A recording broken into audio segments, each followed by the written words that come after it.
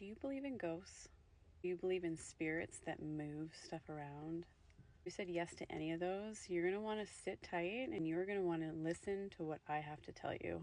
If you don't already know, we purchased a 10-acre parcel with a house on there. We took possession of this house July 24th. My mom and her husband, Fish, yes, he goes by Fish, they are taking the house. They didn't move into the house until beginning of August.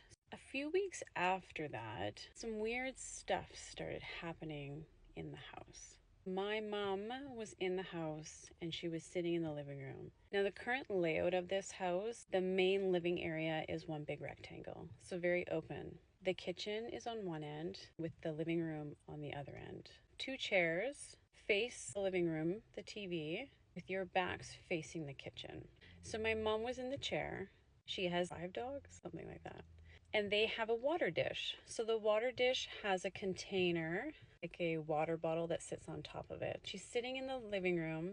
She hears this noise. Turns around and goes in the kitchen and notices that this water bottle container has flown about 4 feet away. There was no dogs around. She didn't think much of it. Following morning, she's getting ready. She's in her bedroom. She has a tall tower oscillating fan. She has this fan sitting on a stool. This fan decides that it no longer wants to sit on that stool and it comes crashing down. Again, there's no dogs, there was no person around. My mom was in her room not far from it. So this is when she starts to think, there might be something strange going on. Fast forward to earlier this week. They have their stove in the kitchen. It's one of the glass top stoves. So it's an older stove. The dial you need to push in and turn. So my mom brings in some recycling that she has in her hand. She puts these boxes on top of the stove. Now Fish is sitting in the living room with his back to the kitchen. So she puts these boxes on top of the stove.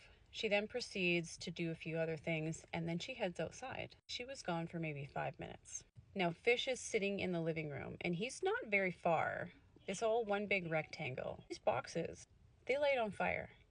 The stove turns on and it engulfs these boxes in flames. Now, as Fish is sitting in the living room, he doesn't smell smoke, doesn't hear anything.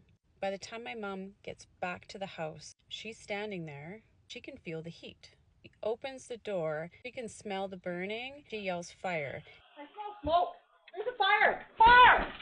It wasn't until at that point that Fish realized something was very wrong. Oh! What? What?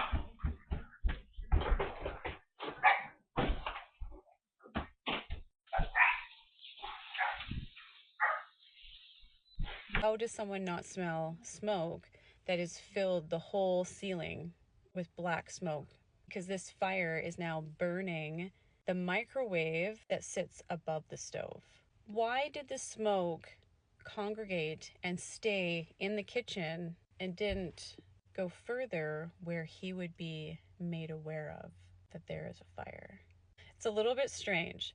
Now, the next thing was he went to go to his laptop and he opened it up and he said, "Oh my God, this thing is still charging." The laptop wasn't plugged in.